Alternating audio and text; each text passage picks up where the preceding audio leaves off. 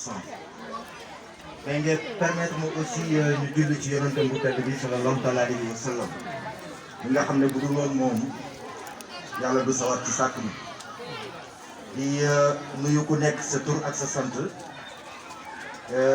di rafetlu aussi teewlu bi ngeen teewlu sama kàddu li ñu fi boole nag nii lii mbégte la jàmm la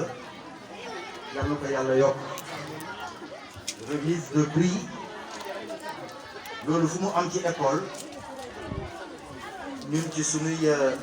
nattukaay dañuy naan nekk ne la courbe est ascendante li ko waral nag mooy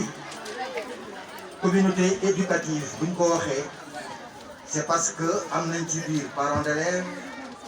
am nañ ci biir dëkkandoo yi même bu ñee amuñu fi doom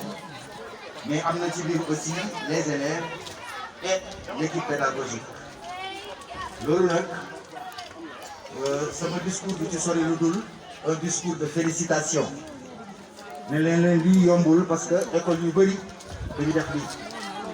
mais lii lu ñuy rafetlu la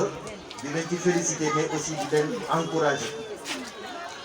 encouragement bi nag en général mooy encourager communauté éducative bi yëpp maanaam mooy lëkkaloo bi ne ci diggante parents yi dëkkandoo yi ak équipe pédagogique bi c'est pas évident mais comme yàlla defal na leen ko nañ ko sant yàlla bu baax a baax di leen ci encourager mes encouragements aussi